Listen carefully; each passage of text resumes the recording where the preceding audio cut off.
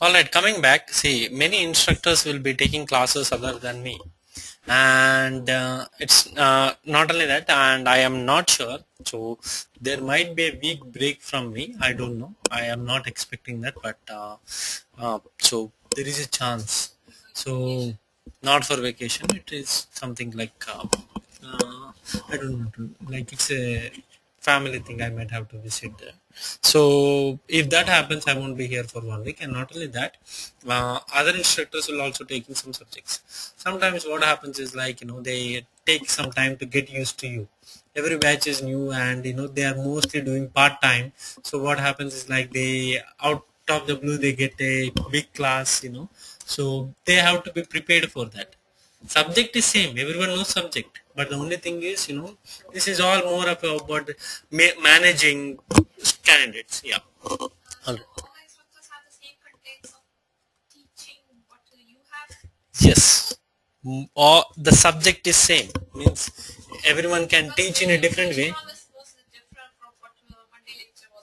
Yeah, generally that was more supposed to be on test plan and test strategy.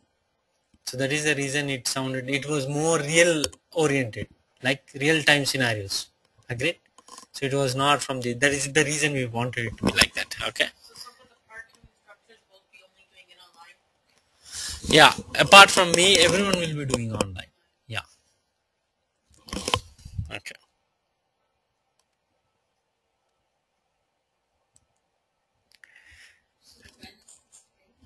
I don't know yet. I will let you know. Okay. Yeah. But I am hoping that there is no break. But I will let you know. Okay. Yeah. So coming back, I will go through everything whatever we have learned over last 3 classes. What is testing? What is testing? Verification and validation. What is verification? Verification is verifying that system is doing right. What is validation? The system is doing what it is supposed to do, written in where? Written where? In requirements. Means generally we say requirements. Requirements can be in BRD, user stories, use cases or anything. So we generally say requirements. So we validate against.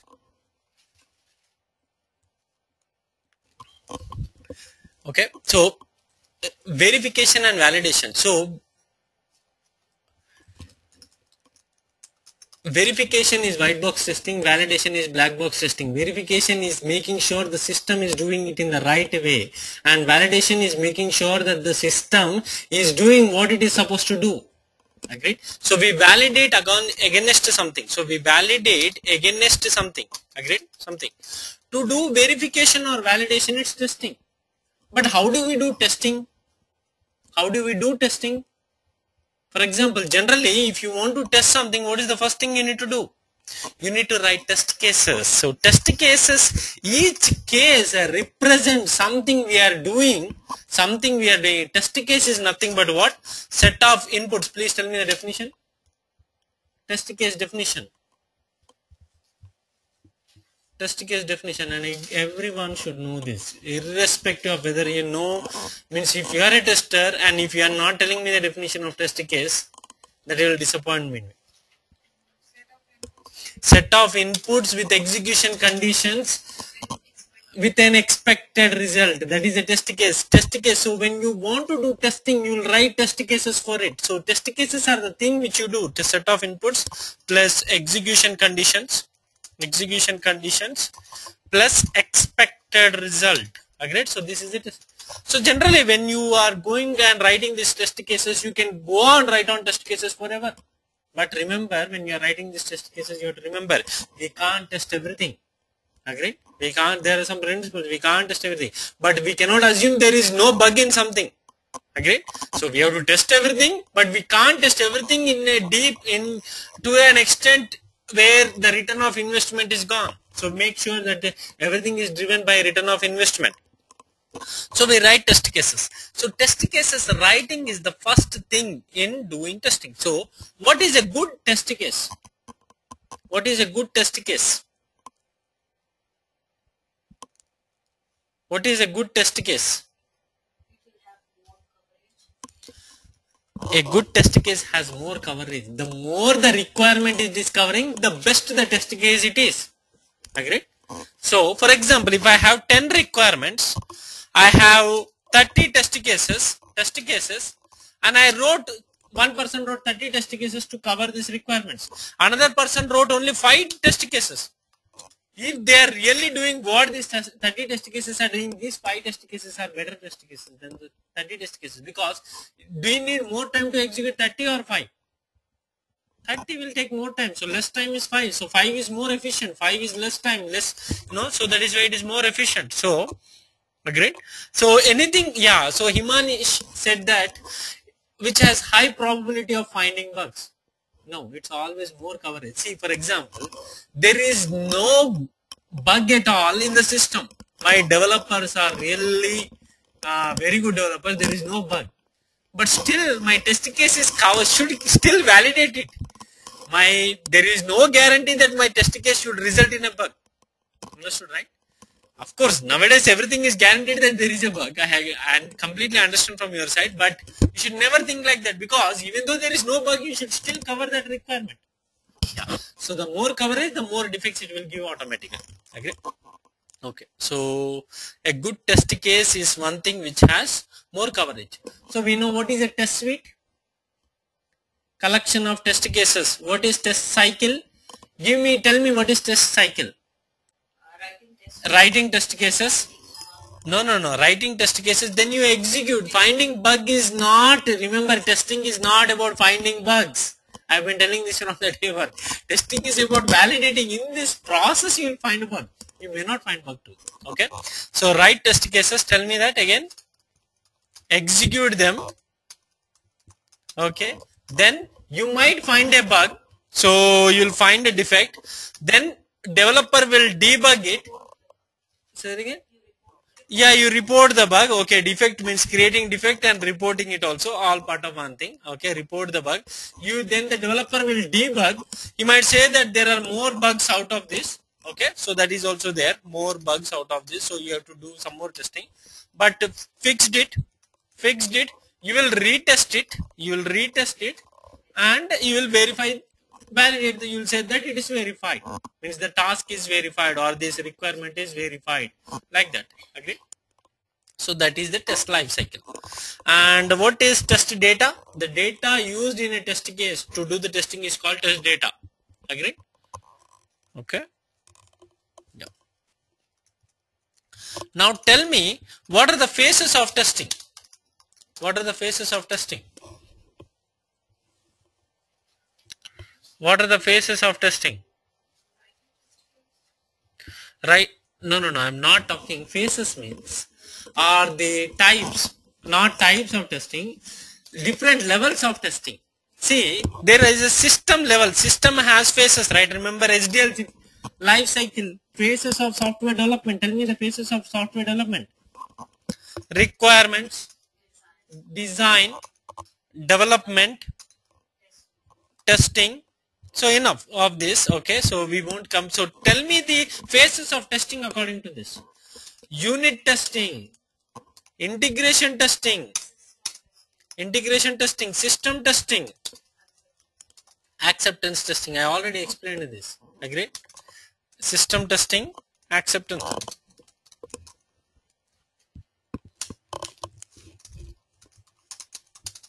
See, remember, phases means testing is a process.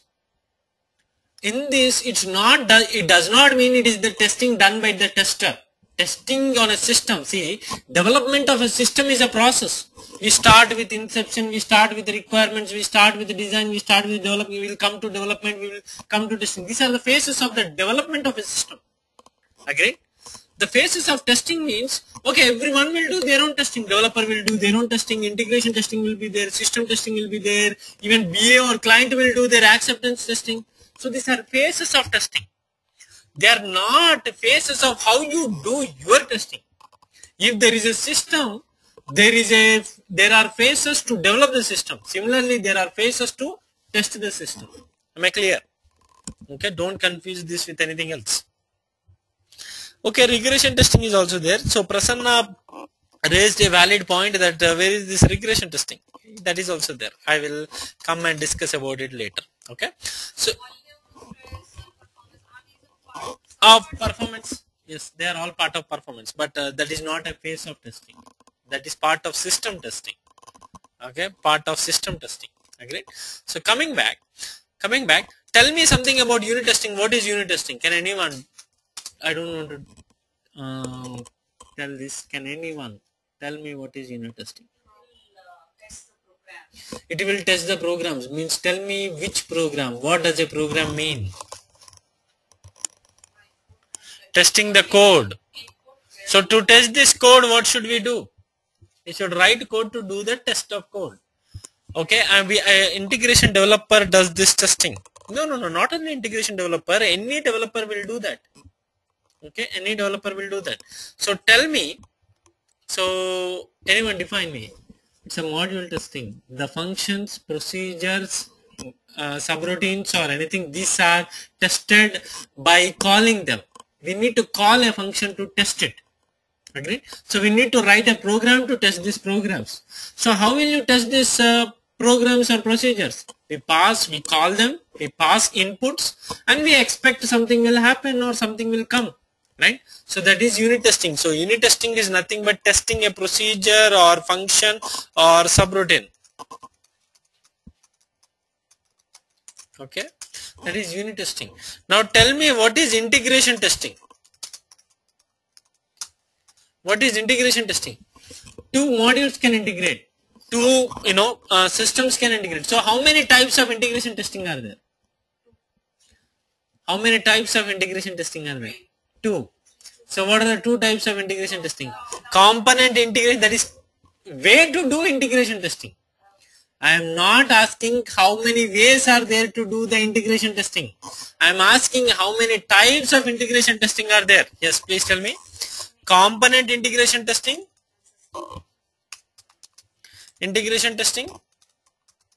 and system integration testing. Can anyone define me, means differentiate me what is between this?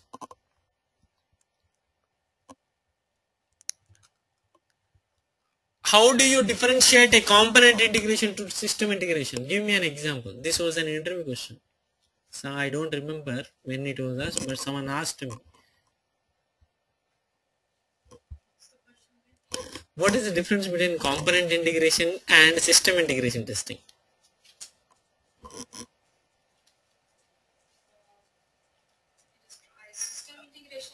No, Mamta is saying that it is a individual component like small procedure. No, we are not testing procedures, because procedure is a module or a unit that is already tested in unit testing. So what is component testing?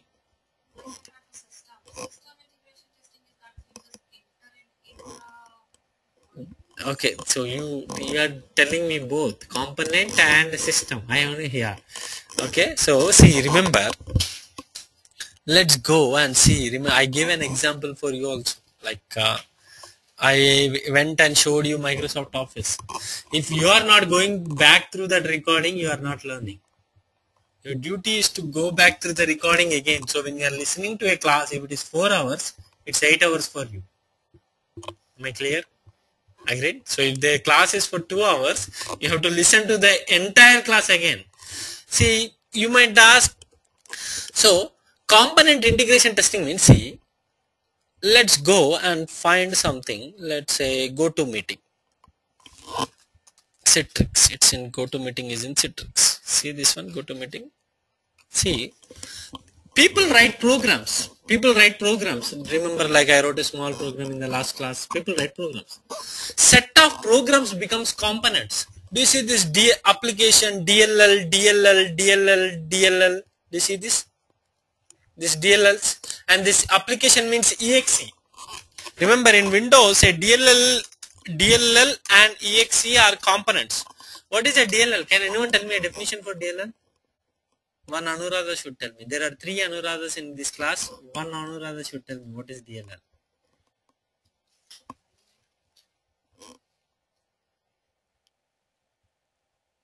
You said something.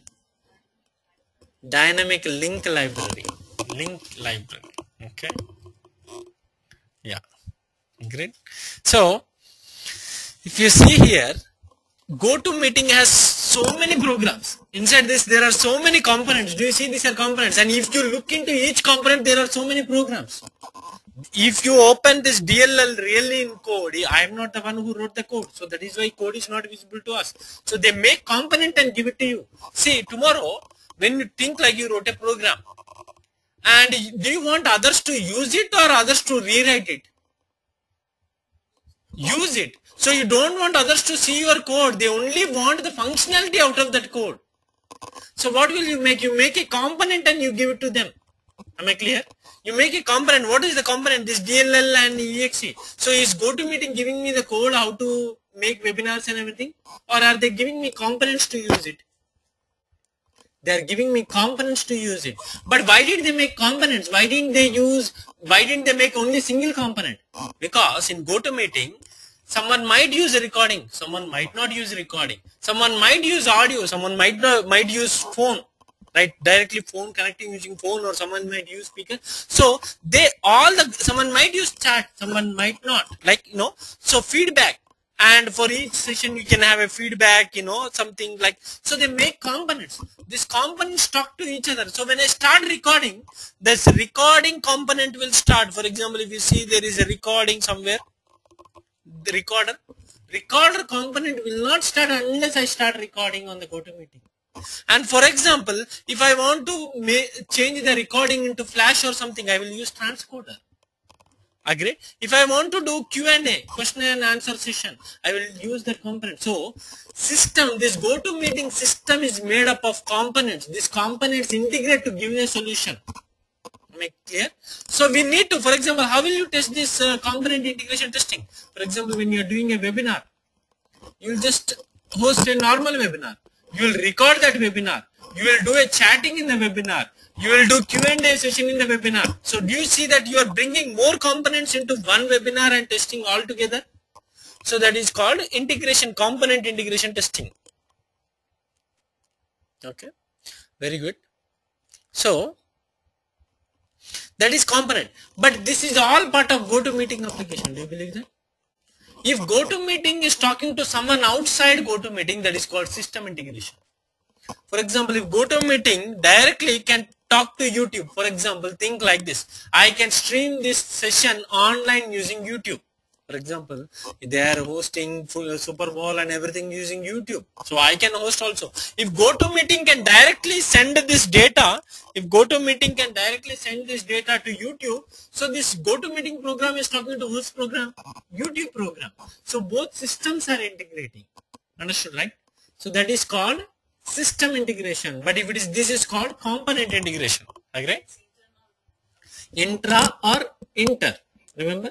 Yeah. So now coming back, how many ways are there to do integration testing? 3. What are those? Big bang, top down, bottom up. Agreed? So what is bottom up in GoToMeeting? Start a plain webinar and add more things. Start recording, or showing the screen, chatting, Q&A session, and some other things. That is called bottom up. What is top down? Start a webinar with all of them and start removing one by one. Stop recording. Don't, remove the queue, So that is one thing that is called top down. What is big bang? You don't care. You just, you add all at once, you remove it, it's up to you. Agreed? So there is no structure for it. So that is called big bang. So my first one is top down. Second one is bottom up. Third one is big bang. So these are the 3 ways to do integration testing. Agreed?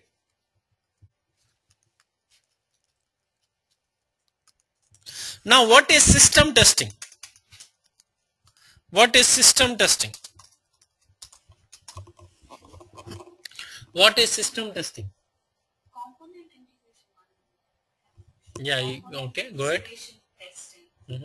It's testing between two components or So here Sujaya has a question like what is component integration testing? Is it the integration between two components or more, or what is like that? If there is a component, you are not really testing is the recording working or not. Can I integrate recording on a live session? Can I do chatting along with recording? Can I do Q&A along with recording? So you are testing both modules together, means their integration, not the functionality of the module, the integrations of the module. Understood? Yeah. Alright. So system testing. You will do system as a whole. Okay, if there is a system, you will test a system. If there is a system, what are the types of testing you can do on a system? See, until now, we looked into the system. If you see, the first two are more of white box testing, verification. Agree? The first two are more of verification. In the phases, we have unit and we have integration. Integration is looking how the system is built. Am I right? You are clearly looking, means you are making the box white. And you are looking into the box. Now you got a box. You are testing the box thing. So what is there about this box? Tell me. Means what are the types of testing you can do on system? What are the functionality? Very good functionality. Usability. So use this keyword first, verbs. Okay. Or I will add you more. So functionality. That is first thing. Then coming back, what is that? Usability, reliability, performance, supportability. This is old. See, nowadays there are many things which came up, but this keyword won't work nowadays. So come tell me what are more? Localization, installation, configuration, compatibility. Very good. Deployment. Deployment or installation is one only actually. Okay. So now compatibility, that is key nowadays. Compatibility. Agree. Okay. Documentation testing. So these are some of those. Agree. So let's look at, so a system means system can contain many things. See, I will give you a simple example. You got a TV. Until now you looked into unit testing is looking at the circuit design. If each circuit is working fine. Integration is, for example, how is cathode ray, for example, look like system. Look like your system. For example, your laptop is made up of what? You have a motherboard, you have a processor, you have RAM, and you have power battery there. Okay. You have battery there. One second, compatibility, documentation, right? Yeah. For example, think like your system. There is motherboard, there is processor, there is RAM, there is battery, there is power, means on regular power, there is a fan. Agree? And what else is there? So these are some of the components, right? For example, first you go into motherboard, right?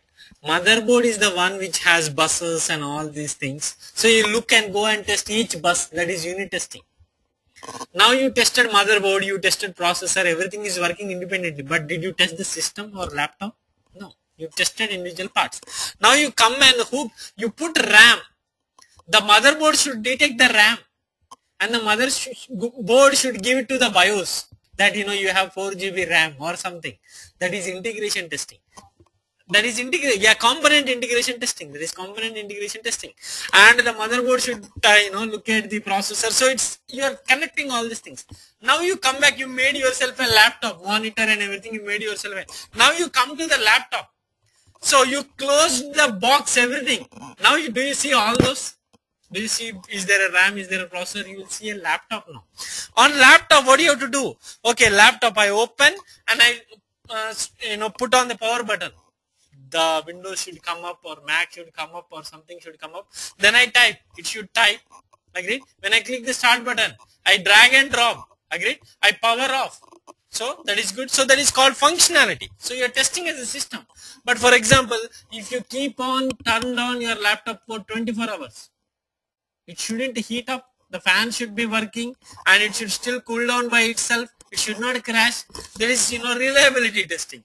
Usability. For example, is my keyboard written in English? Can I see it? Can I see each key? Whatever being displayed is, what is the resolution? That is usability. Performance. For example, if I open 10 windows, is it slow? Is it bad? That is performance. For example, let's say you want to test for installation. Okay, I want to remove windows and I want to load something else. Can I do that? Installation. So you don't care what is inside when you're doing system testing. That is black box testing. Am I clear? You don't care what do you know how motherboard is interacting with the RAM when you're doing this testing? You don't care. Understood, right? That is more of a unit and integration testing.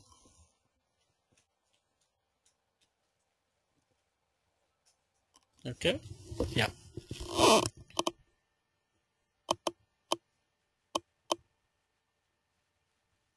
Okay.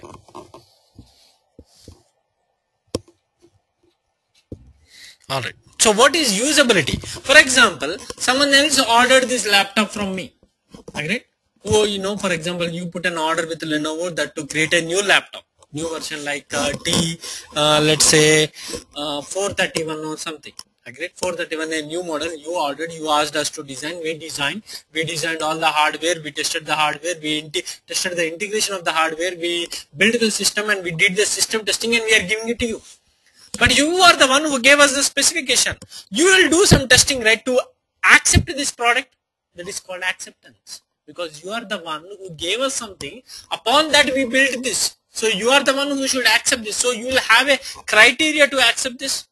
What is your criteria? Maybe it should look cool. Maybe it should, start up in 10 seconds or like that, That is your acceptance criteria. That is called acceptance testing. So where is the black box test spending his time? System testing. What is white box testing? More of unit and integration. Okay. So now we will go into each system testing. One by one we will go into system testing. Okay.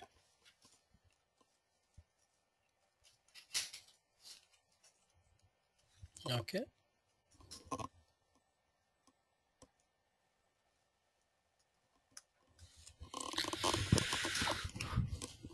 In system testing, the first one is always performance testing.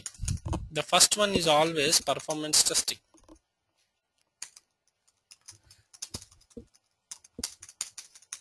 In performance testing, there are three things generally. Okay. Load, volume, stress. 90% of the applications we are using or we will be using or you are going to work on is what kind of application? What type of application will you be working on tomorrow? Web application. Okay. Web application or mobile. Okay. You don't work on installed application anymore.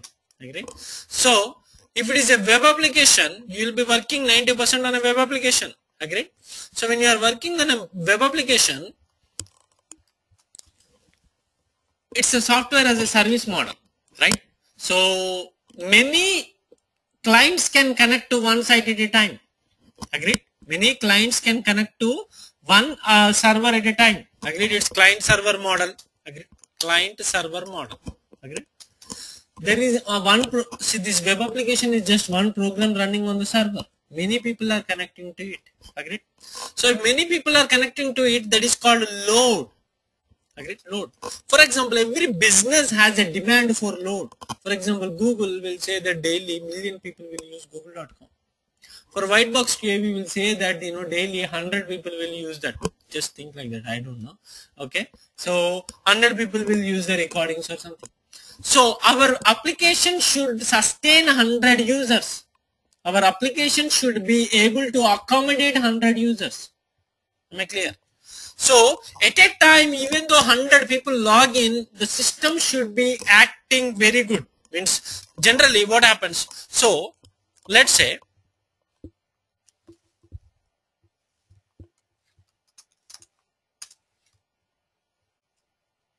there is a server. There is a server, and this is the program. Agree? This program is running on what hardware? There is a, you know, processor, memory, and all those. Okay, there is a hardware. This program is running there. Now, first user will come and talk to this node. You know, you can have many users like this. Agree? You can have, as the users increase, load increases on the program. Got it? So you need to do load testing. Means generally we expect this business expect this much load. So we need to make sure the system, means we need to make sure the system is very good, behaving good at this load. Okay, how will you test that? How will you test that the system, for example, if 10, for example, white box queue is there, no one is using white box queue now. If I go to white box queue, this page came within milliseconds, and I go and I say login, this will come in milliseconds, and I'll go and I will say presentation, this will come in milliseconds. So this is coming. If 1000 people are using also, this should behave same or in the same range. It can't, for example, if I click this one, it will come after 1 minute. Do I like it? No. Simple. So that is load testing. That is, you will test it by response time. What is response time? The time take to give the response back when you give a request.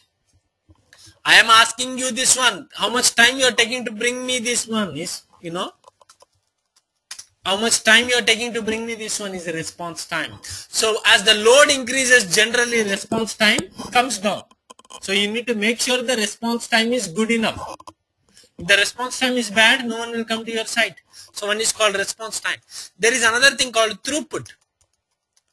Number of users or number of requests you can handle per second or per time. Number of requests handled by system per time. So if you can handle 100 requests per second, means you can accommodate many people per minute. Am I clear? So that gives you a, you know, estimate about you. So these are the two things people will look for when they are doing load or stress testing.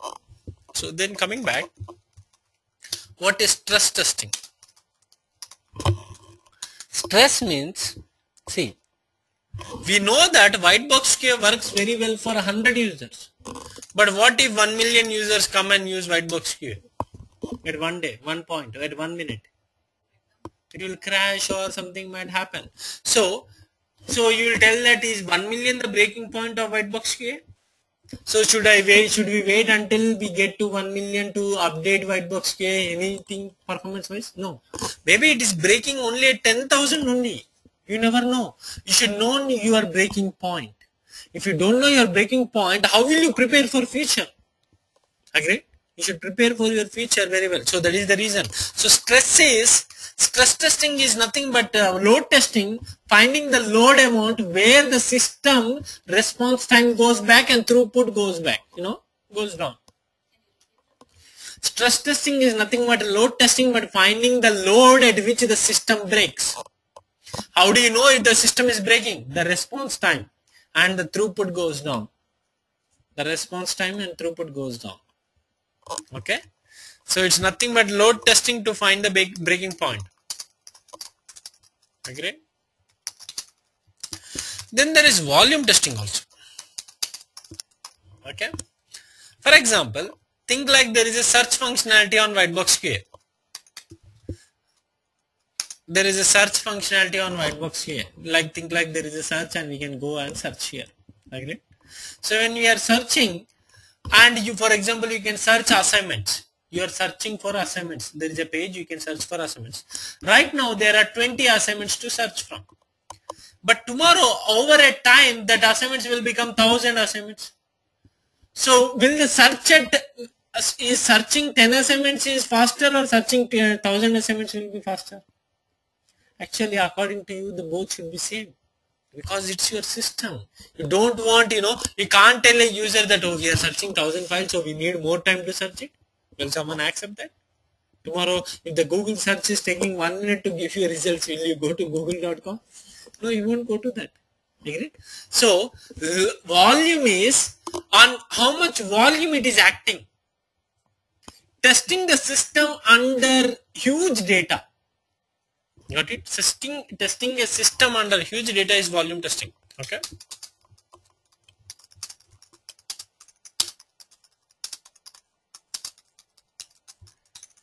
That is called volume testing.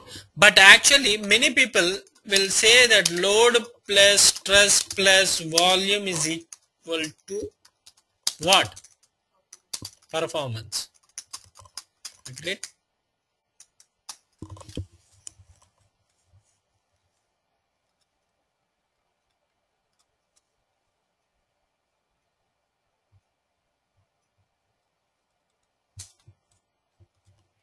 Okay.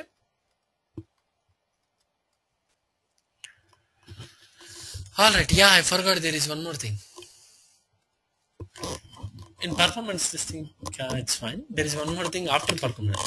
For example, there is system. For example, the system is there. Agreed?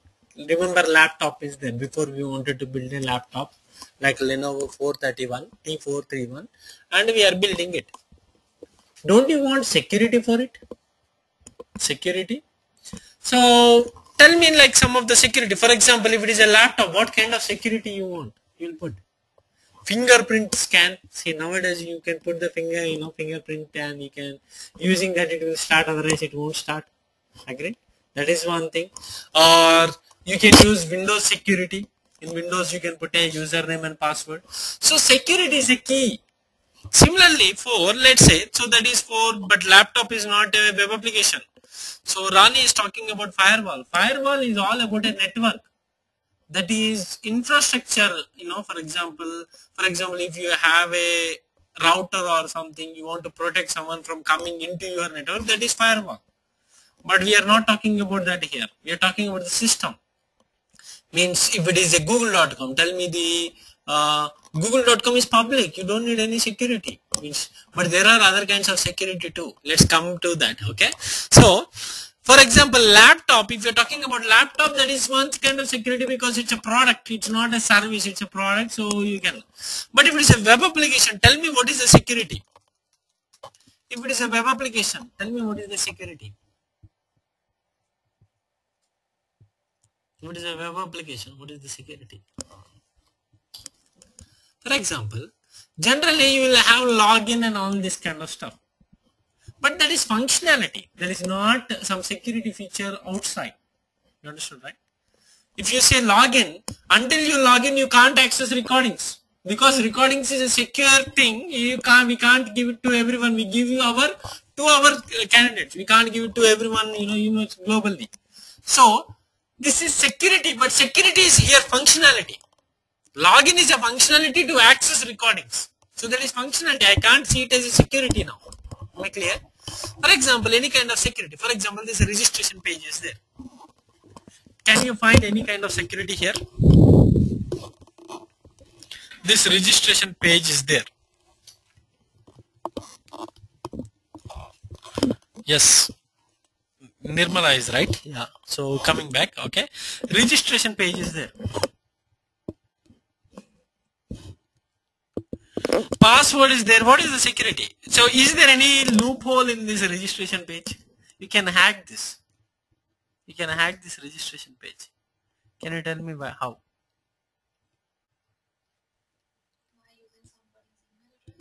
By using somebody's email address. You can register, but you can't activate anyway because we will send an email to you. Agree? So that won't happen. And password will be sent to the other person. You'll get an email. So even though you use some other email address, they will get an email, not you. Okay. Next, anything else? The reason is, for example, some programmer will come here. He will write a program. He will write a program which will come here and which will fill the information. Can we do that? That is called automation, right? Automation, anyone can do it. That is what our testers should do it, right? So generally what we do, your developer will write a program which will come and fill the information. Instead of doing it manually, we write a program which will do it. If a programmer is doing it, can we start like this? We will say a@gmail.com, right? a@gmail.com. So it will start with all alphabets, and then it will start with the BA, like that. It will take all the email addresses. Can we do like that? Can we write a program which will go there and keep on registering every email address possible out there? Can we write an algorithm which will start with A and which will go for A like that? You understood, right, what I'm saying? Agree? Can we do that? Hacking, that is hacking. People can do it. So when I do all like that, so just fill the boxes with every possible thing, every possible email address there. What will happen after that? If that guy registered everything, can anyone come and register into my site? Can anyone come and register into my site? No, because that is email address is already taken. If you go do a algorithm like from A to Z, every combination out there, all the email addresses are taken. Your email address is taken, my email address is taken. So no one can register. You are just nothing but you are taking every possible email address. Agreed? So if you, then how will I stop it? How will I stop it? For example, let's say, I don't know, let's say google.com. Okay, one second.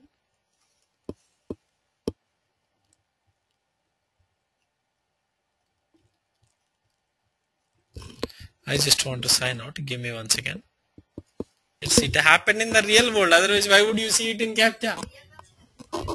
Yeah. Otherwise, why would you see CAPTCHA if it is not happening in real world? If really Google is there, if the Google did not do CAPTCHA, even I will be tempted myself to crack it. Why? Because Google is a big company. We can make money by hacking it. Because they can pay us for giving us the email addresses or something. Okay? So that is the reason. So if there is a program, you can hack it. So that is one thing is called CAPTCHA. So web applications nowadays use CAPTCHAs. Okay. Then there is one more thing. For example, let's say you go to whiteboxqa.com. Let's say you go to whiteboxqa.com. Are you putting a load on the server when you access whiteboxqa.com? Like you are putting a if I go and log in more, means see, I went and did whiteboxqa.com. Is there a load right now on the server? No. When I went there, this request came, response came, done. Understood? If I went and log in, it came back. There is no load now. It went, did the program, came back. There is no load now. Once the response is delivered, there is no load. To do the response only, there is a load. Am I clear? See, for example, calculator, simple. 2 plus 3. Is there any load on the calculator now? No, there is done. Program is done. It is just using small memory to hold the 5. That's all. Agreed? So there is no load there. Would you please tell me how to capture the security? Yeah, Nirmala. So if there is no CAPTCHA, for example, think like this. Let's say you go to registration page.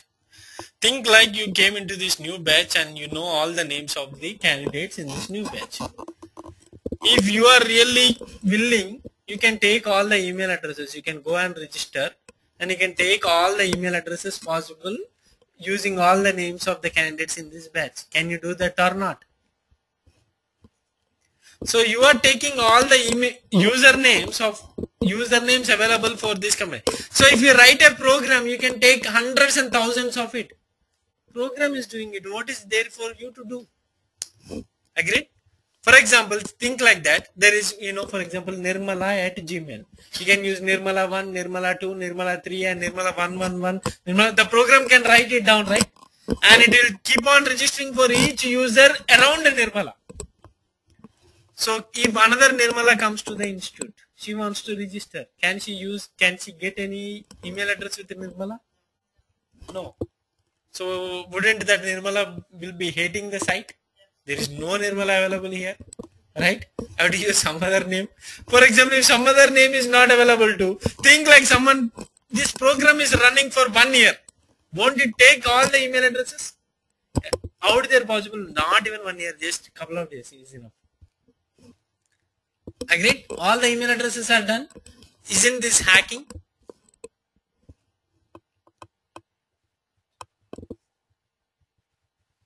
So this is hacking. So you know what does CAPTCHA do now? Can we, the program can stop it. How? Because when you are writing a program, the program can't read this and type in here. Simple. Only a human can do that. Am I clear? But why did they put sound? Because some people cannot see. Still they should be able to hear. People, you know, it's that is accessibility. Okay. So that is the reason. So this is a compliance. Okay, let's not go into that. Okay. So the next thing. So when you go and for example you go and log in, did you put the load on the site? Come back. And did you put the load on the site? Came back. The many times you click, the many times you submit forms, the many times you do something on the site, that many times you are putting something load on the site. If 100 people are doing it at the same time, there is more load on the site. Think like I wrote a program which is opening white box QA and clicking something every second. I wrote this program to do this from 100 machines. It's opening white box QA, it is clicking something. This is running 24 hours at a time. And it is doing for 100 machines. Won't you think white box QA will be crashed? And when a new person comes to the white box QA, it will be very slow. Why? Because you are not one person. It is busy. The load is increasing, memory is increasing. So when the next person comes in, the site is slow. The site doesn't respond sometimes. What is this called? Attack, a distributed attack. So if you keep on asking the site to give me something every second, sometime that site will crash. So that is called a distributed denial of services. This is called DDoS attacks. What is this called? Distributed denial of services. So if you keep on asking the service, it will deny sometime. Any computer science graduate? I know one. If you learned in computer network, that is there. Yeah. Distributed denial of service. How do you avoid this? If a request is coming from the same IP address, for example, you will monitor for 1 hour. If the request is coming from the same IP address for irrelevant data, you should stop it. Now our firewall will come into picture. You will stop in the firewall, you will say that don't allow any request from this IP address. The firewall will stop, it won't come to the server. You understood, right? So that is called distributed denial of services. It can be stopped by catching the IP and like that. Okay. No, they have to give the IP address to the firewall and tell that stop. No one from this IP should be allowed into the site. Okay, that is DDoS. Then there is next thing. For example, once you register, where do we store this data you put? Where do we store this data you put? In the tables, database tables, or should we go and put it in Excel files? You put it in database. It goes into, because again this program, when you log in, this has to go to the database and check that you are there. Understood, right? Otherwise it is not possible if I put it in Excel sheet or something. Agreed? So database is there. So once you come and register here, it goes into database. So once you write this program, once you think like there is a table called user table. Agreed? There is a table called user table. In the user table, tell me the columns. You've been attending SQL classes, right? Tell me the column names. First name, last name, right? Last name, email address. I know there was a constant password failure locking is DOS. No, that is business. That is functionality. That is not security. That is functionality. That is a very good question, Satya.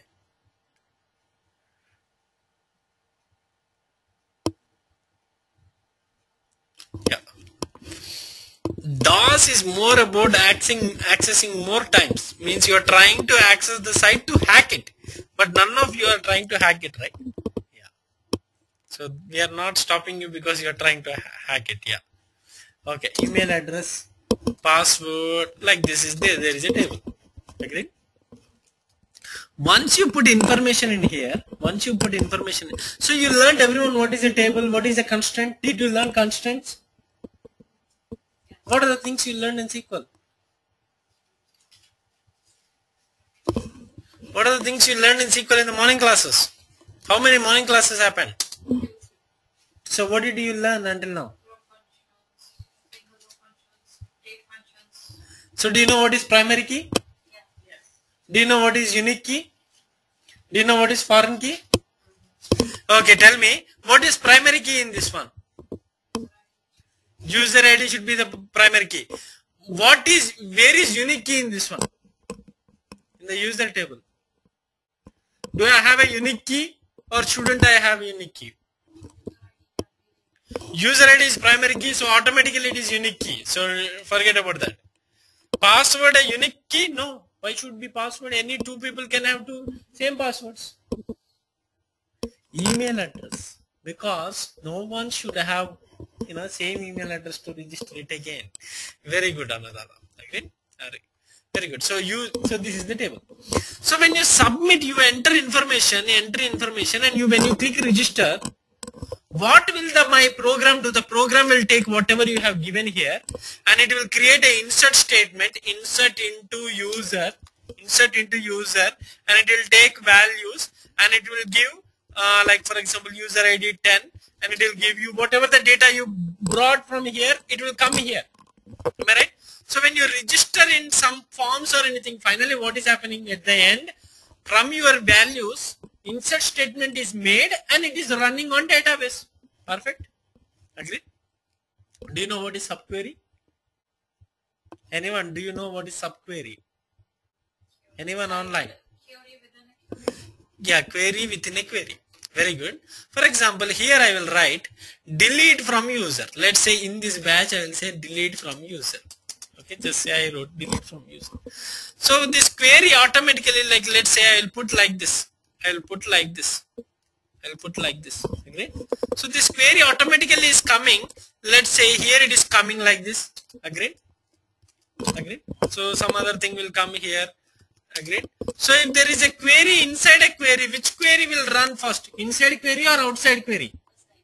Inside query will come. So when the inside query, what is the inside query which will run? Delete. So what happened now in my database? All the users are gone. Understood, right? Or you can write drop table user. If you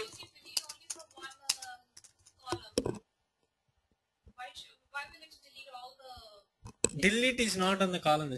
Alter table, remove is column. You are not schema. This is data. You will delete from the table. Means you are deleting rows. You are not deleting columns. For example, you can give drop table, right? For example, you can give drop table here. Drop table user. It will come here. It will come here. It will execute first. Yeah, you can put that. So you can hack a system using that also. Am I clear? So when you are going and testing a web application, shouldn't you test for this? Oh, my, registry captcha is there, or DDoS is not, and also, someone can put in script. This is called script injection. What is this called? Script injection. Agreed?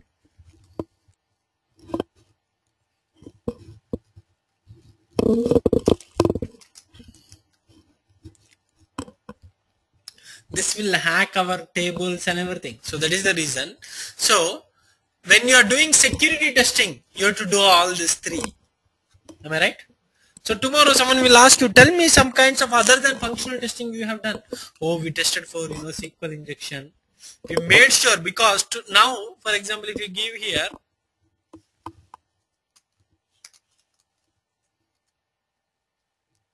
okay, let's say phone number is not valid, but let's go and give it in the Google. Drop table user. It will tell you. Actually, it will not allow this, because no one will allow SQL statements, scripts from inside the inputs. So that is called anti server side scripting. So that is there. So this is security testing. Okay, so coming back, so you understood now, right, what kind of security testing you should be doing tomorrow. Okay, then there is localization. So we have seen, everyone knows what is functionality, I don't have to talk about that. Now we know what is performance, we know what is security. So tell me the next one. Tell me the next one. Let's say usability. Okay, what is usability? What is usability? For example, you are testing for white box QA. Okay, let's say in white box QA, the developer, instead of putting the login button here, see the developer, for example, someone is telling me that once you log in, you should not show this register button. You agree with me? Once you log in, why are you showing the register button? Am I correct? There is a usability problem that. Understood, right? So that is called usability. Am I clear? Why do you need that? Once you log in, do you need login or log out button? Log out button. So is this functionality? No, this is how we look, how we present. How we present our functionality to people. That is why. So this kind of bugs are usability bugs. For example, there is a spelling mistake somewhere. It's a cosmetic. So that is usability bug. Or there is, for example, let's say this site looks on very good on, for example, you have IE6, Internet Explorer 6. This won't look good on Internet Explorer 6. And for example, for larger resolutions, you can never get to contact information. You can never get to contact information. For example, if you see here, there is discussion board link, and there is also contact, if you see phone number and email address. But if you come into this natural one, you can never scroll down on this one. You can't come back. That is a bug. That is usability bug. Understood, right? And let's say you come to training page again. Okay, let's say there are some more bugs actually like this. Okay, so these are more of what usability bugs. So links, cosmetic, let me tell you, links not showing up, images not showing up, buttons not displaying properly, resolution problems, colors problems, agreed? And appearance, like appearance is different in different browsers. Appearance problems and spelling mistakes, all these are what? Usability. For example, think like, if someone put this button here, would you like it? No, that is usability. If your developer does it, we'll ask him to move this to here. That is usability. Agreed? Position of the elements. So this is more of usability. Agreed? Next thing, localization. What is localization?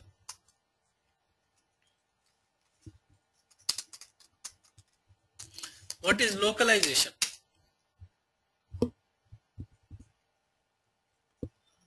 For example, yeah, go ahead. The program is like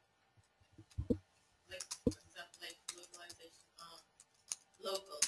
Local to something. Yeah. For example, if you are in India and if you open yahoo.com, it will go to yahoo.co.in and it will show. For example, if you open your bank information from some other place or something, for example eBay, if you open it from UK, it should show everything in pounds. Agree? So the same application behaves differently depending upon the different local where the user is coming from. For example, the ads also should be local. For example, google.com doodle should be different for India and different for US, like that. Agreed? So we should have different things like that. So that is what called, so especially, so this is usability. Localization, coming back to localization. So generally currency or language, color spelling is different in UK and here. Language, agreed? And let's say ads, okay, weather style, agreed? Weather style and domain, domain type. For example, if you instead of .com, you will go to .co.in. It should redirect to .co.in. Agreed? Currency, language. What else is there? Hmm, yeah, that's all. So there is more of localization. Yes, time. Very good, Anuradha. Time. Okay. That is localization. Tell me any other thing. Compatibility.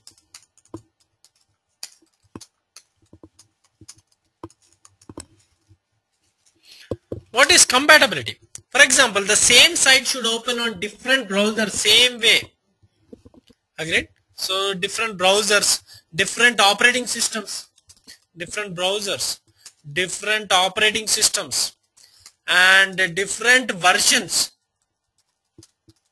Agreed? Different browser versions. Agreed? Different hardwares. Sometimes. For example, Bank of America app on Android and iOS. Bank of America app on Android Jelly Bean. Android, what is the other one? I forgot. Before Jelly Bean, what is that? Ice cream sandwich. Right? So these are the versions in Android. Okay, 4.1, 4.2, 4.0 for sure. These are the, so same Bank of America, which version of the hardware, which version of the, so compatibility. What is portability? For example, let's say there is a server program you are moving from, upgrading from Windows 7 to Windows 8. It should be portable. The installation or the upgradation should be smooth. Understood, right? So those kind of things are portable. Means you are moving it to a different thing, different version or something. So is it? Generally, when you are building something, don't make it for only specific versions. Make it for generic things. Got it? So that is more about portability. Okay.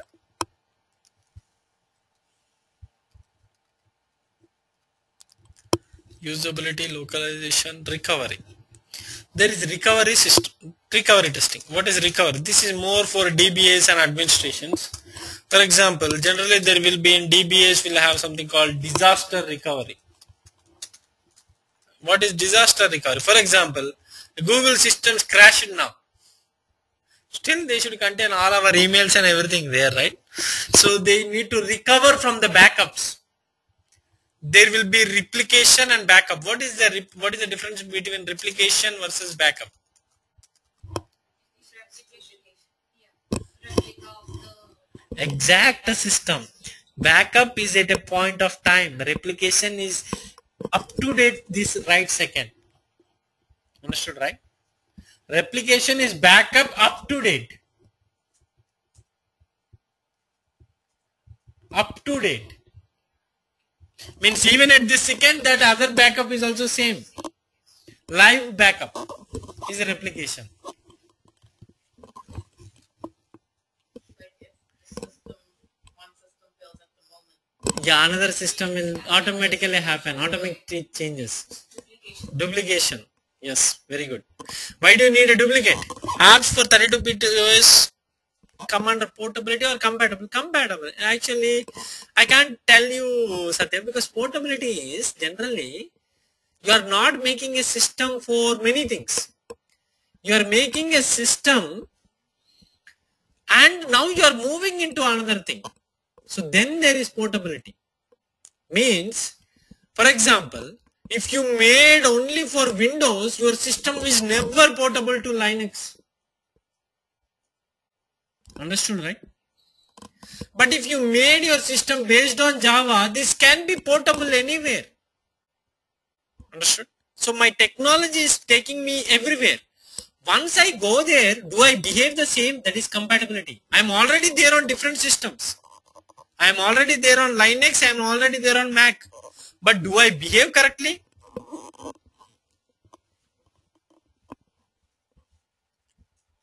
So, yeah. But again, here we don't have to take this thing seriously. But there are so many adjectives, and I can't work on that right now. But to be honest with you, I haven't seen anyone asking me about portability testing or something. Generally they will ask about compatibility. If it is web applications, 90% they will ask. Portability is more about installed applications, so now we don't need that. It is more with the networking. That can also be there. Networking side can also be there. Yes, because if you are changing your networks or servers or anything, everything will change. If you are change your router type also. Agree? Yeah. So it's more about not about service. It's all about product. Means any installed application or some other things. Okay. All right. Recovery. So recovery testing is we get everything from our replica. When this is down, you take it from replica. Agree? Or you will take it from the backup. Documentation testing. Testing the document. For example, see, think like on white box QA. We started teaching something which is not here. Shouldn't we update this? Our documentation should be compatible with our services. If our documentation is not compatible with the services, people don't know that service is available, or people think that this is something wrong. So documentation should be, so you should test the documentation also. A tester should read that. It's white box testing is not about just testing it. You should read it and make sure we are doing all these services too. Agree? So if it is not there, we should remove. If it is there, we should add. So that is documentation testing. And the recovery and the relocation, is it part of the compatibility? Say it again. The recovery? Recovery, Is it part of no, it's not part of recovery. Is different. Recovery, replication and backup are ways to do recovery. So recovery testing is we are doing recovery. So Satya is saying that compatibility is between systems and portability is between versions. Maybe, but it really does not. Even though it is compatibility between versions, you can say that too. Yeah, it's up to you. Okay, then there is configuration testing. Yeah, for example, let's say in Google Gmail, it will give you themes or styles to configure. If you configure for with that style, it should appear in that style only for you. So there you are testing a system against its configuration settings. That is called configuration testing. Okay. Configuration is nothing but, for example, think like in white box QA I put a flag. Okay. For example, level 3 is different, level 2 is different, like that, right? So similarly, that is configurable parameters which makes the system behave like differently. So you need to test that, for example, if I do this configuration, how it should behave. Is it behaving like that? That is called configuration testing. Okay. Can I give you an example? For example, in Yahoo, for example, I will set my weather to Fahrenheit. Someone will set their weather to centigrade. Once they come back to Yahoo again, it should show for them again in centigrade only. It can't ask to switch again and again. So those are user configurations. It should store somewhere and it should behave according to those configurations. Am I clear? For example, if you go to Google homepage,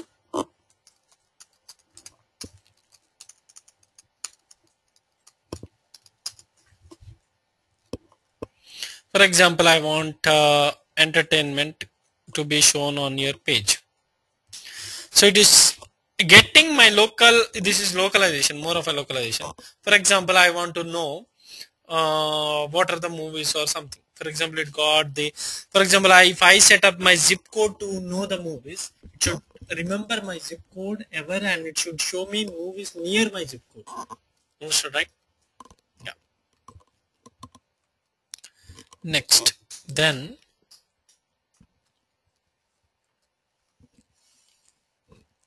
yeah, regression testing and user acceptance testing. Okay, so that's all. Documentation testing is also there. I already discussed. Okay, so remember you said reliability. Where is this reliability?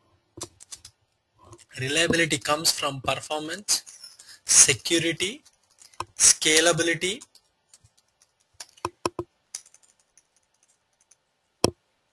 recovery, and configuration. So reliability means how reliable a system is comes from security, recovery, and all this. Agree? So you don't have to, there is nothing like reliability testing. It is either performance, it is either security, it is either recovery. Yeah. No, all of them can be. It can be all of them. It depends on system. So all these types of testing are there.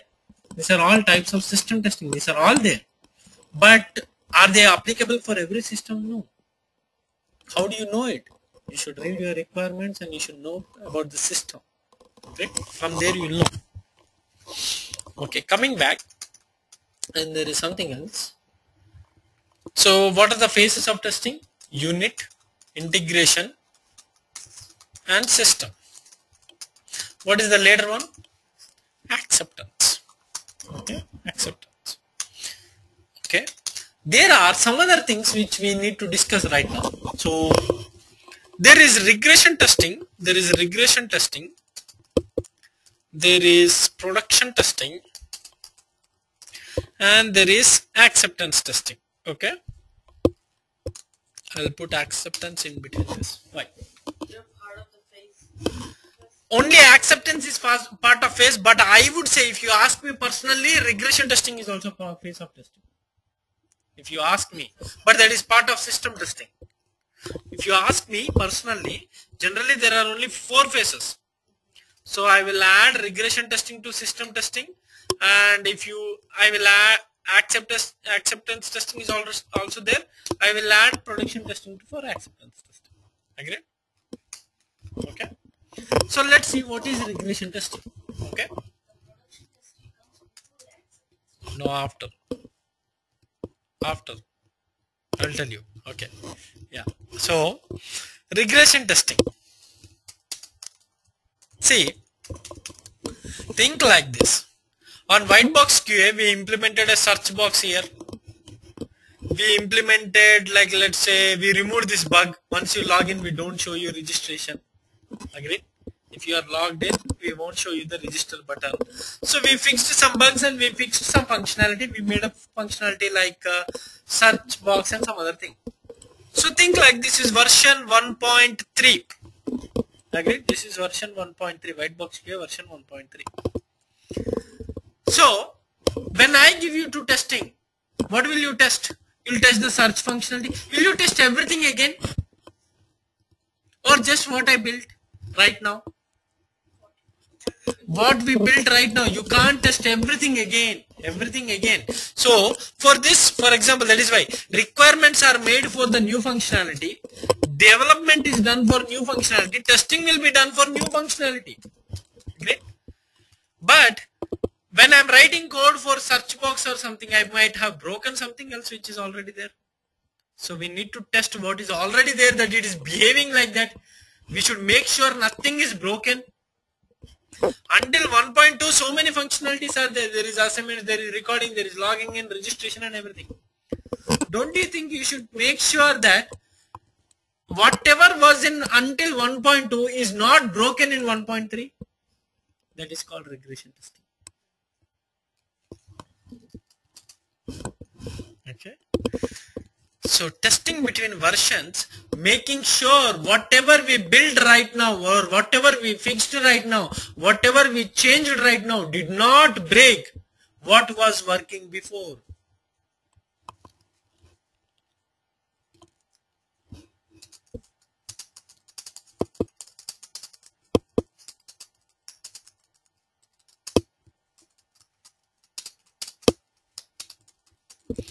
This testing is called. So do we have to test everything to that deep level to make sure? See, in 1.2, for example, recording scheme. Agreed? In 1.2 recording scheme. Okay. In 1.3 search box scheme. Okay. In 1.1 registration came. Let's say registration and assignment scheme. Okay. Agreed? So when you do the system testing, you will do only for search functionality in 1.3. When you are doing regression testing, You have to make sure recordings are working fine. But do I have to do in a greater level how I did it when I was doing 1.2? No, you don't need to do into such a level that you are again testing recordings. You are here to make sure nothing is broken. You need to take main test cases. But do I know what to test from 1.2? Do I have to write test cases again? No, test cases are already written in 1.2. So I need to take them. I need to execute couple of them to make sure nothing is broken. Agree, right? So that is called regression testing. So now let's come back to something else. Something else. In 1.3, in search box there is a bug. You wrote test cases for search box functionality. You wrote test cases. Okay. You found a bug. You reported bug. Then what will developer do? Developer will do debugging. Developer will fix it. Then what will you do? Retesting. Is this testing same as regression testing? Regression testing is testing something which is already verified. Retesting is something which you found and fixed. Am I clear? So what is the difference between retesting and regression testing?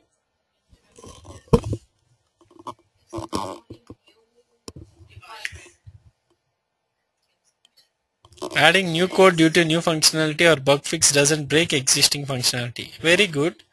But it's more like testing the functionality which was verified before to make sure new functionality or new code is not breaking it.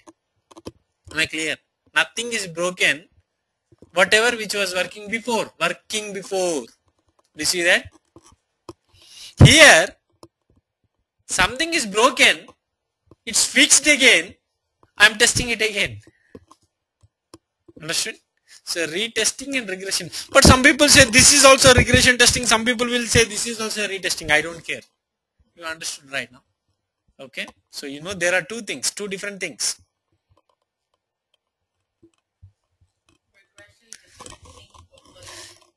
See, I will give you a nice definition. Retesting is nothing but testing again in the same test cycle. Retesting is testing a test case again in the same test cycle. Regression testing is in different releases or different versions. Am I clear? Okay, you find your definitions. You can Google it, you will get so many definitions here.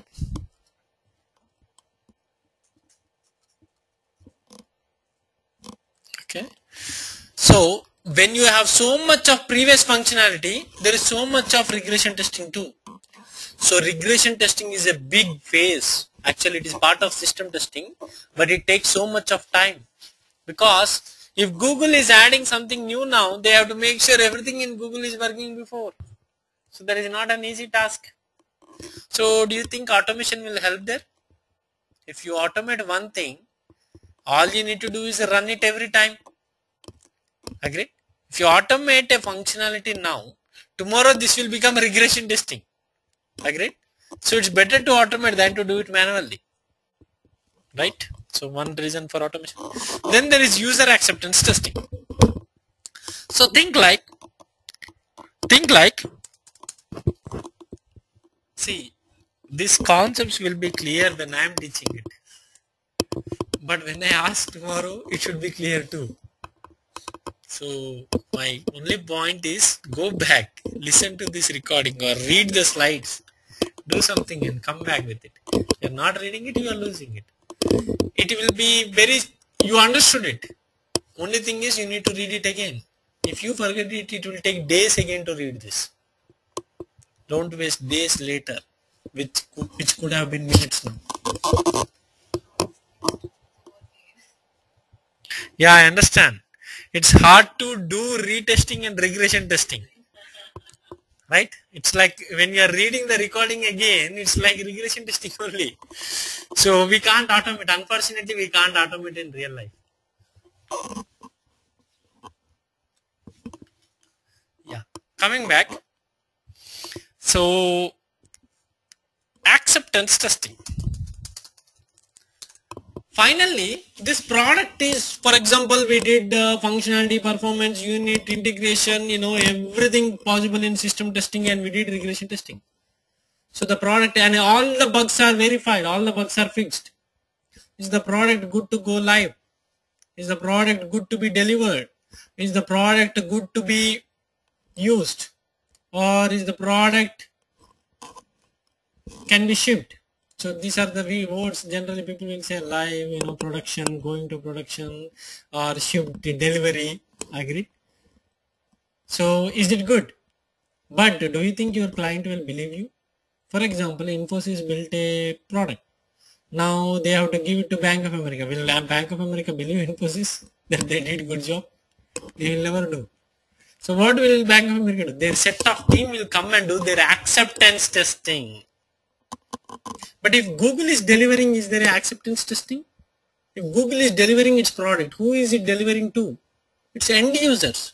It's end users. There was Bank of America because it was Bank of America's end user. So Bank of America is coming in and testing. But if Google is delivering it to directly to end users, who is the end user to do acceptance testing? Their business analysts and their product managers, non-technical people who wrote the requirements. So either business analyst, product managers, or clients will come in and test it. So will Bank of America say that to Infosys that release it to bankofamerica.com and I will go and test there? For example, Infosys is giving the Bank of America site. So will Infosys directly update bankofamerica.com and Bank of America people will go and they'll test there? No, because it's a risk. If there are bugs or anything. After acceptance only it should go to production. Alright? So they will create a new environment for this. What is that environment called? UAT environment. User acceptance testing. Agreed? So that is called user acceptance testing. So people will be saying we are in UAT phase. Means what is tester doing there? Will tester be testing it? Who is testing in UAT? Are you going to test it? No, client BAs or PMs or someone who is acting on behalf of client. Then what is tester doing there? He is giving his test cases. That's it. He won't do UAT. Don't tell that I did UAT tomorrow. Okay.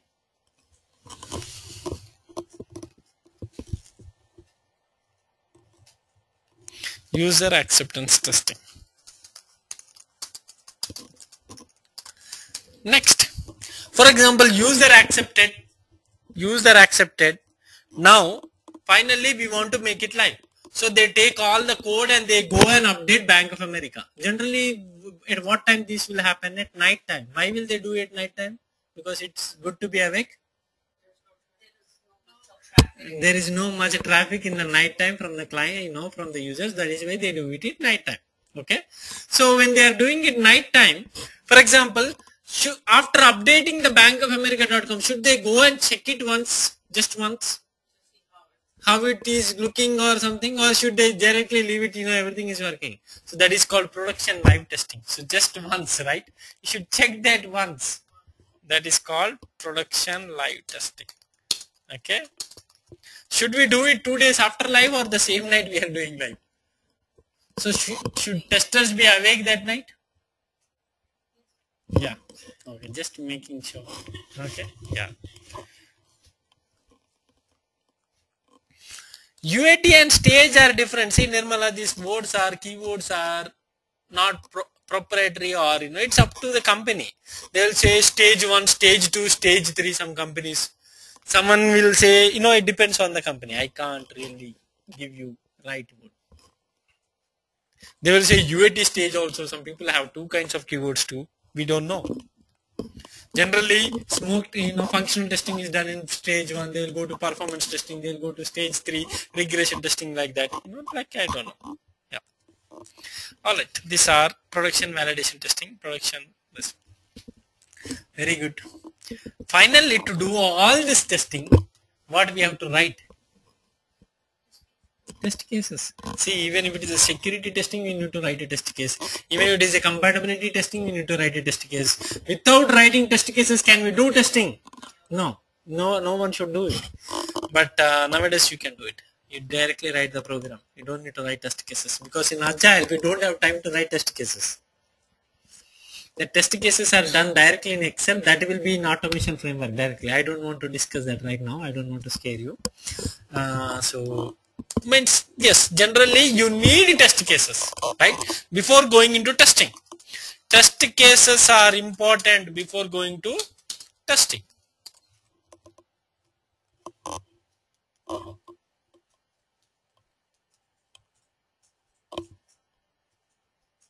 Okay. So now, for example, I will give you one thing. There is a clock.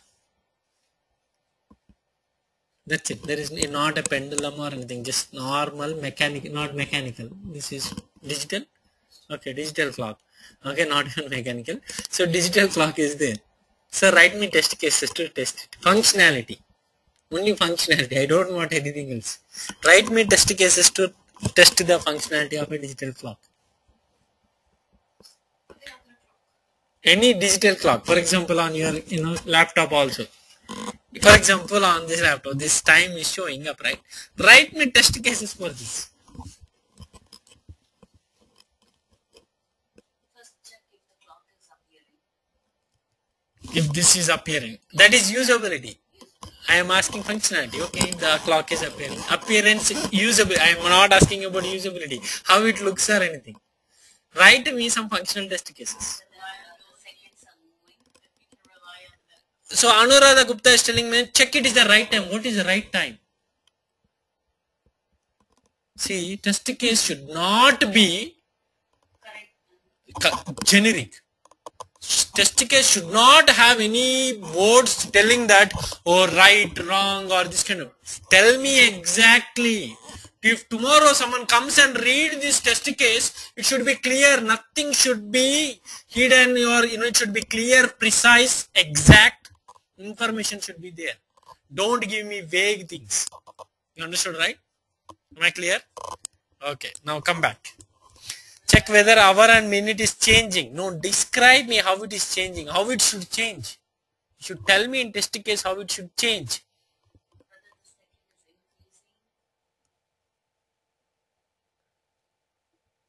It's the same thing I will tell you in my words. Keep the laptop open. Make sure it is 8:30 a.m. Check the time there. It should display 8:30 a.m. Okay. Now wait for 1 minute. It should show up 8:31. Great. That give me exact, precise inputs, conditions. Agreed? Don't, yeah. So check whether the clock is displaying time. That is done. That is usability. I don't want that. Check the seconds hand. Okay, no. Satya, here we are here. Only this part. Do you see on my system? This part. So there is no seconds hand here. I already told that. Give me another test case. Fix the exact time. Say that again. Before anything happens, we should fix what is the current system. Yeah, we can fix it. No problem. We'll fix it. Now tell me. Give me some test cases to check the time. At 12 o'clock is changing AM to PM. Very good test case, Vijayasri. Yeah. Very good. Next. That is a good test case. Next. After minute, it should change the minute. After the hour, it should change the hour. After 59, it should become 00. Agreed? So that is one test case. Here no seconds is there. So we are looking at Satya, I don't know if you are looking at my mouse. I am looking at this thing. That's it. We are not looking at seconds at all. Now bring it more. That's it. Then there should be AM or PM. AM or PM change. That is also done. AM to PM change. PM to AM change. Is it visible? That is usability. I am asking about functionality. How it is visible, where it is visible, and all these are functionality. Think functionality. What can you test more with time? Yeah, daylight savings time. If it comes to daylight savings time, it will automatically change it to 1 hour back or 1 hour forward. If I go and change now, the time zone I am in, I will change the time zone now. I will change it to Eastern time zone. What should it display now? 8:19. If I change this time zone, it should display the other time zone. Very good. Localization. Very good. Okay. Yeah. So those are some of the test cases. How do we know that these are enough test cases? How do we know that I got enough test cases to do the testing? How do I know that my 6 test cases will verify everything? How do we know that these are covering every requirement? How do we know that I have covered all the types of test cases like valid, invalid and everything? How do we know we are writing good test cases? How do we know that my other tester may not write better test cases than me? I covered it. We verify it with the requirement. So first thing is we verify it with the requirement. So we should write, so if there is a requirement saying that it will show the time, agreed, time, minutes and and it will change depending upon the times, for example, daylight saving settings, and it will change for every hour, it will change for um, every hour only, that's it. And what else? It will change AM to PM at 12 o'clock, like that. So this I wrote in the requirements. So generally, you are telling me that write a test case for each requirement. Write a test case for each requirement. Do you think only single test case is enough to test requirement sometimes? At least a test case. Write at least one test case. Agree? At least one test case for each requirement. Next thing is, so if you don't write a test case for one requirement, what does this mean? You are not covering it. That is lost. So how should we make sure that we are covering every test case using requirements? Generally, what we do is like something called requirement traceability matrix.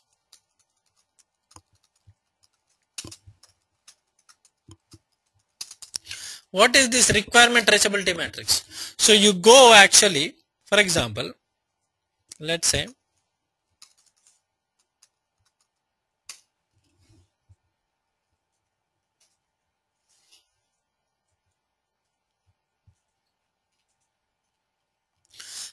I will put requirement like this. For example, there is requirement 1, there is requirement 2, there is requirement 3, there is requirement 4. There are 4 requirements in my system. I wrote 10 test cases. T1,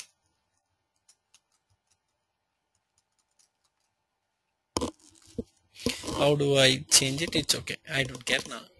Say again. When you drag it from T1, you drag it down,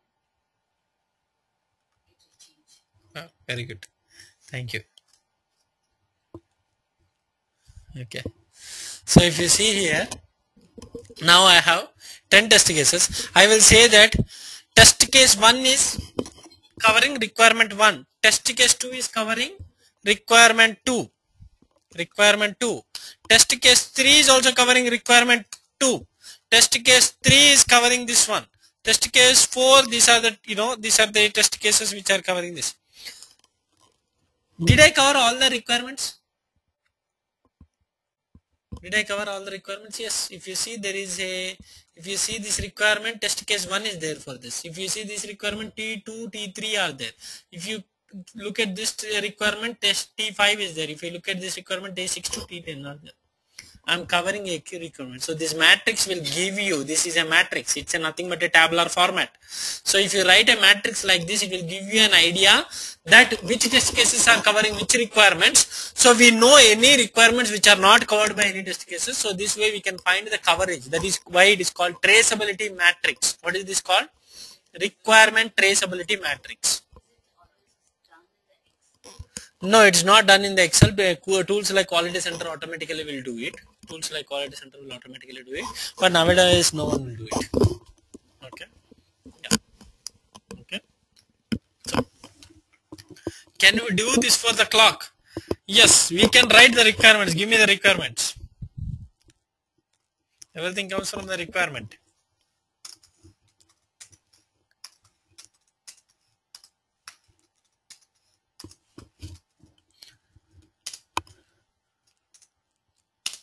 Let's say clock should display current time. From that you can make 4 test cases. If it is 9 o'clock, automatically it will change, Clock should honor daylight savings.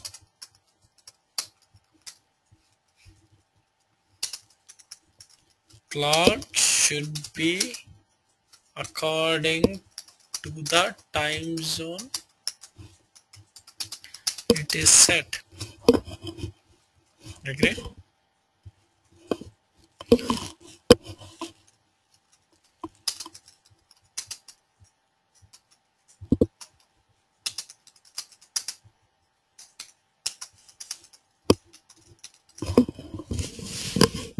Okay, these are your requirements. Write it down. Write it down your test cases. Write me a requirement traceability matrix. Okay.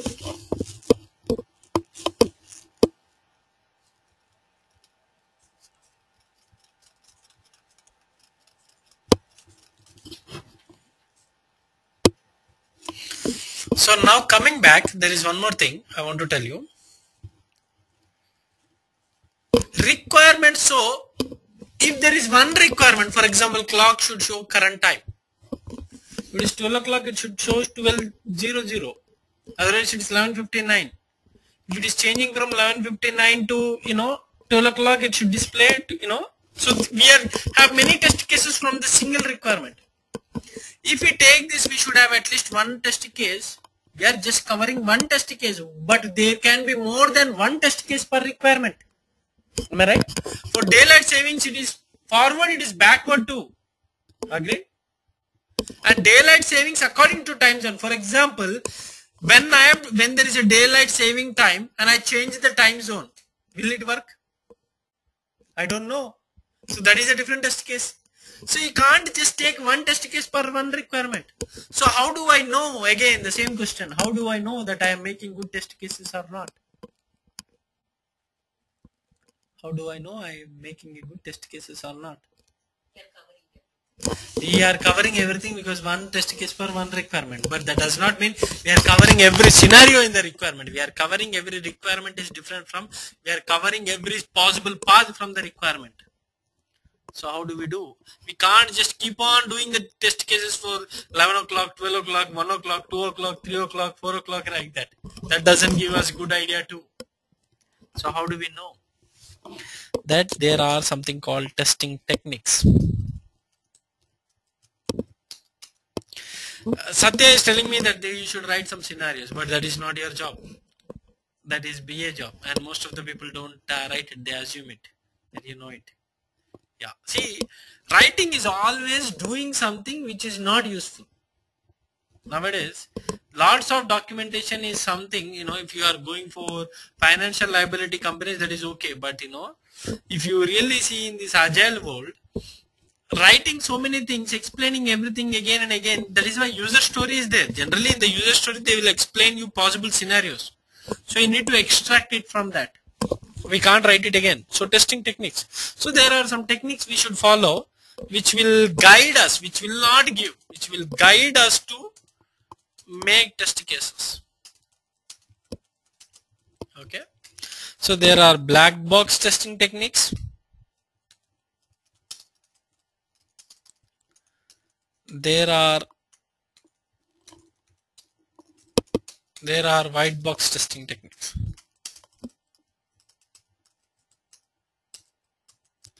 So which we will discuss in tomorrow.